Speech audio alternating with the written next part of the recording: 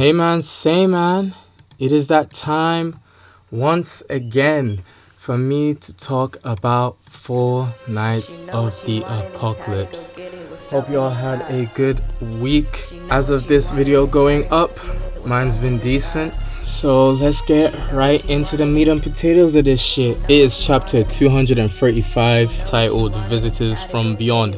And we have a new double color spread for this chapter.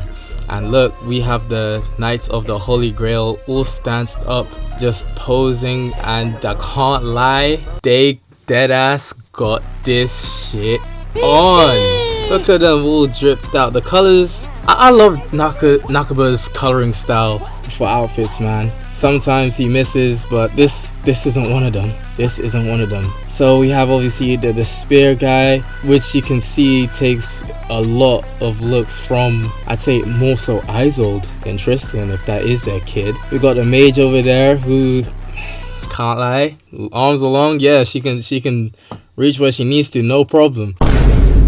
Is this nigga serious? We have 2 Percival kids, evident by their hair, their hairstyle, and eye color as well. God damn, strong ass jeans.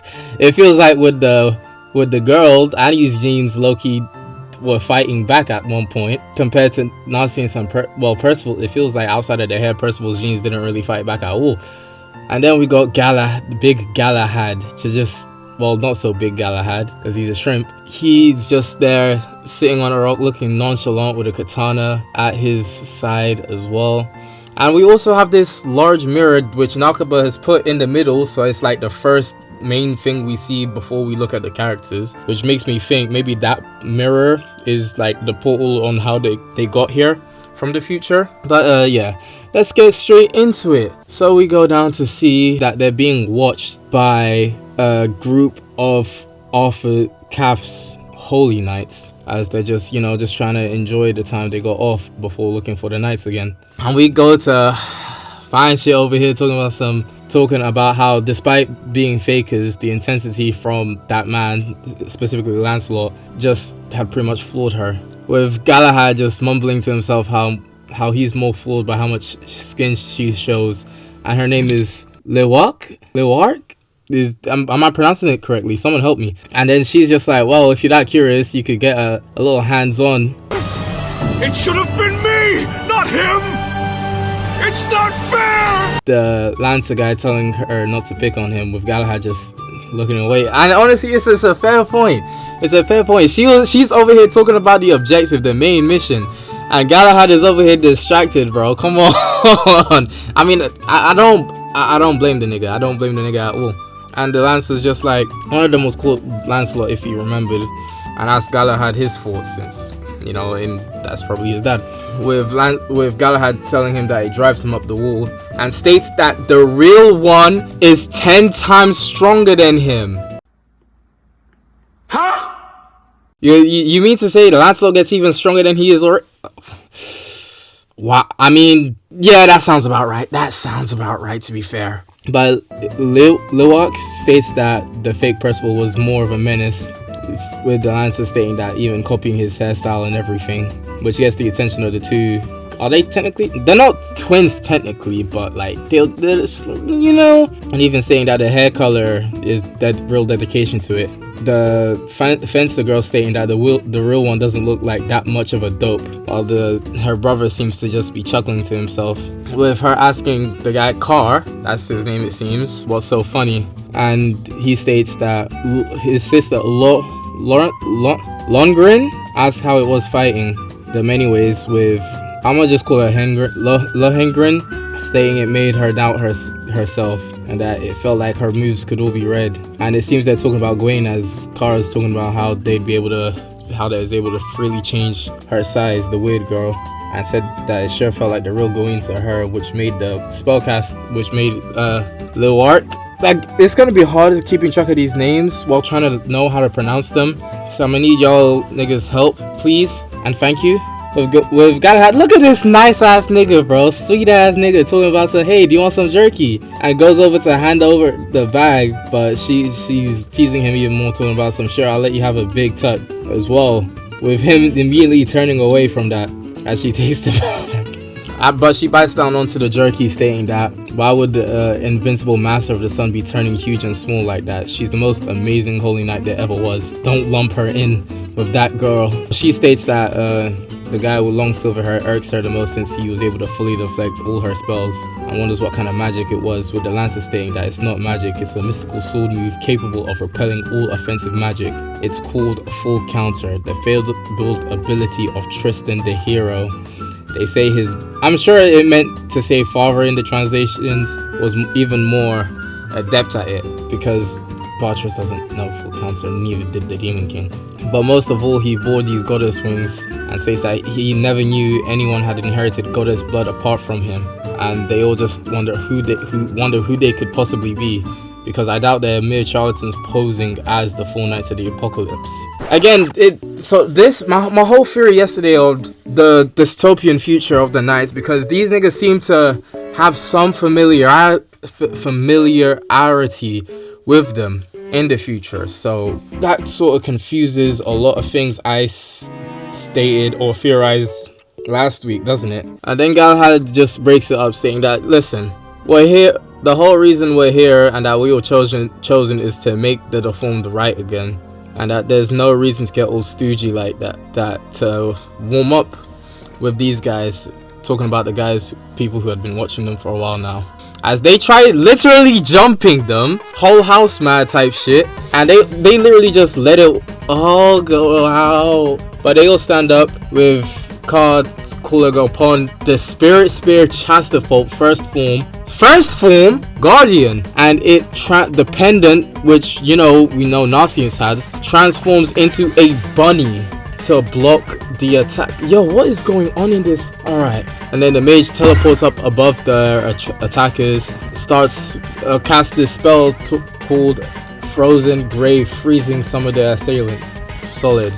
One of them is just like, hey, what is this box ass helmet? Look at this, bro. There's this mystery box ass head helmet that he got on, and he's like, new strategy, take them out one by one rather than all charge at them. And you see this nigga over here raring to go, already jumped in before the guy could even finish. Lohengrin pulls out her sword again. They come at her. She weave like nothing. Scattered Rose once more completely takes them out and states to herself that she's not so untalented after all, and thanks them for the shot of confidence. These other knights look up to see an attack coming at them in the form of a meteor thrust, as this guy just let out a magical blast, I'm guessing, from his spear, which absolutely decimated them. Holy shit, look at them, man. They're getting eviscerated. God damn. And then one of these guys is like, okay, yeah, no, I can't lie, we can't not hang with these niggas. Let's pull back right now. But over there, Galahad is already waiting for them, with him in this goddamn Virgil ass stance with a katana. Yo, you can't give niggas katanas for shit, bro. Even Lancelot was doing this shit, let's not forget. And he goes matchless limb cutter and pretty much goes after all their limbs, making them drop to the ground. I know even one of them was just like, my arms, and the other one's like, my leg. With one of them, like, there was still people like you and Leonis, and asked who they are. With Galahad proudly stating that they're the knights of the Holy Grail, and that they also happen to be the sons of the greatest of heroes, the four knights of the apocalypse, which, confirmed our theories, everyone. As we see them all stand up together, I just realized this nigga called outside of bugging, the nigga really didn't do much. Well, to be honest, none of them did. It was cool to see this little showcase of them. And look at them all stand up together. And we see Lewark, adopted daughter of Gawain, 23 years old. Yasei, son of Tristan, 22 years old. Lohengrin, 25 years old, daughter of Percival. Cardes, son of Percival, 25 years old as well. It's like they're twins, but they're not. Galahad, son of Lancelot, 18. With Lewark and Lohengrin upset that Galahad just introduced them like that, since they're like, girls, and he meekly apologizes for that. But I get it. He couldn't fit it all into the text properly, talking about some. There was a word limit. There was a word limit on the brief and short introduction to the ops, which they just completely dicked down. But yeah, that's where the chapter ends. And outside of the kind of shoddy translations, it seems our shit was confirmed in terms of these niggas are from the future. 25 years into the future, it seems. 25, 26? Yeah, around 26-ish years into the future. I think it is rather nice to see how these niggas sort of interact with each other as well after the chapter's all said and done. It seems that Lewak is the more sort of flirty amongst them as well, especially with Galahad, it seems, as Galahad seems very bashful and reclusive, more so to himself, even as they're resting before Tristan's son came to talk to him. He was just sitting by himself eating jerky. So maybe outside of combat, Galahad is a more socially inept or shy kind of person, as it seems. But it does seem he may have an interest in women quite a bit, like Liz.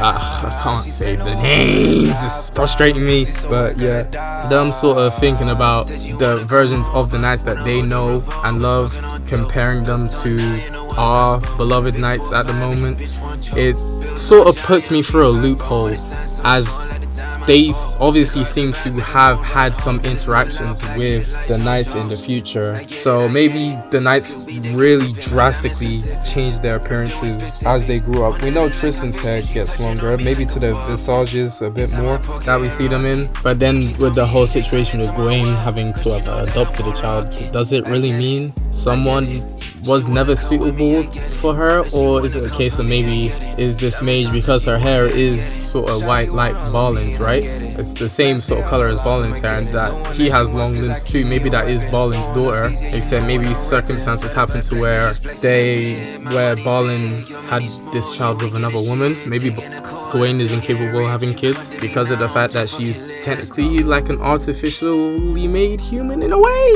I don't know.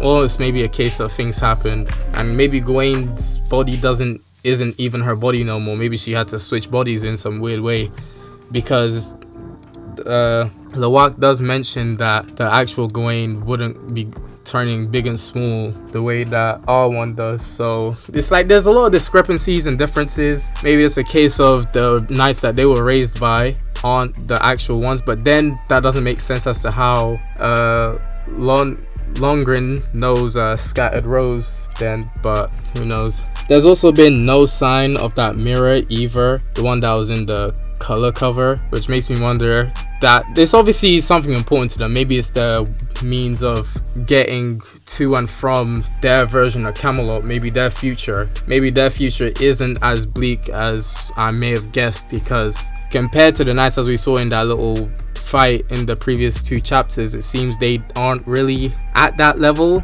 Well, maybe Galahad being the only exception, as he was stated to have the most talent out of all of them by another member. But yeah, because even with Tristan's son mentioning that he thought only he got the goddess blood, it just, a lot of things don't add up, and I don't know where Nakba is trying to set this. So maybe, you guys give your own thoughts on how things may be going. Maybe the author of the future is sending these guys to this point in time to maybe prevent the knights from finding him. Maybe it's a case of like Artoria in Fate, where she wanted to get the Holy Grail to stop herself from ever picking up Excalibur to begin with, so that she could be a normal girl or whatever. Maybe something's happened in the future and Arthur is genuinely like depressed and is just decides that he doesn't want to, none of it should have happened. Maybe it's a way, or maybe something happened in terms of the power of chaos itself, but then who knows, maybe some chaos entity shenanigans have made it so that they had to come here anyways as part of their mission for the Holy Grail, perhaps. But their mission is to make the deformed right again. So we have to call into question, what is the deformation? I said defamation, not deformity. That's what I meant to say. We have to come into question what the deformity is as well, and what they may look like. Is it actually the knights, or is it something they encounter? when I say the knights here, I mean the Knights of the Apocalypse. This is gonna get confusing real quick. Yeah, it's just I find it very peculiar, strange even, that despite obviously knowing the knights in some capacity and their capabilities, they just didn't have an answer for anything or questioning shit. So who knows what kind of future they come from. But their displays against regular, actual, probably well-trained holy knights was pretty cool as well. You know, Kaa having the Chastifault pendant leaves many questions as well, because that means obviously Nasiance gave it to him firsthand herself. What else? And then obviously Fine Shit over here, I keep forgetting how to pronounce her name, I'm sorry, is obviously Gawain's student from how she uses ice and lightning, because when Gawain isn't using sunshine, she does tend to use more lightning and ice based spells, I've noticed. So Frozen Grave is probably in her bag. I can't remember if we've seen her use it. We probably have, and that makes me a bad fan. And then just Longren's swordsmanship as well. Incredible. Definitely a chip off the old block in and for sure. And with you say, is that the nigga's name? Is that how you say it? Like, why did the knights give their children such odd ass names, bro? Like, this shit's gonna start pissing me off. But anyways, I would have thought like maybe if Nasius had given a daughter, maybe she would have been named Titania, because we know Titania's, you know, fairy, queen of fairies in myths and folklore, right? So that would have been cool. But you say back to Yasei. Him using a spear rather than a sword unlike his forefathers before him. Like literally Tristan, Meliodas, even the Demon King, and I think Bartras at one point as well, right? Back when he was like, you know, in his prime, all used swords. So for him to diverge and use spear instead is intriguing to say the least, for sure. Definitely intriguing. And the whole sort of Ronin side kind of katana vibe, the Ronin vibe that Galahad gives off with using a katana obviously nods to how Lancelot was using a katana as well not too long ago before it snapped. But I'm interested to see more of the Knights of the Holy Grail, the specifics of their mission. Maybe we'll get a flashback to the Arthur, maybe a vague sketch of Arthur. Maybe these guys were sent into this point of time by Kath, and maybe after Kath, you know, lost, since maybe he's free of time since he controls the power of chaos too, and Kath's maybe trying to kill two birds with one stone by eliminating the knights using their own kids, because he's a sick twisted bastard like that, right? So maybe he's skewed their mission and trying to have them eliminate the knights so that he has a shot of, like, you know, his goal of destroying everything. Or like I said, maybe it's just Arthur finding a way to just end things. But I don't see why Arthur would have sent them back to this time. I don't know what Nakaba's cooking when it comes to time shit. Like I said, unless it's Kingdom Hearts or Doctor Who, I'm not the biggest fan of it, and at the moment I have no reason to really be a big fan of this either right now. I hope this arc isn't going to be rather painstaking for me, because yeah.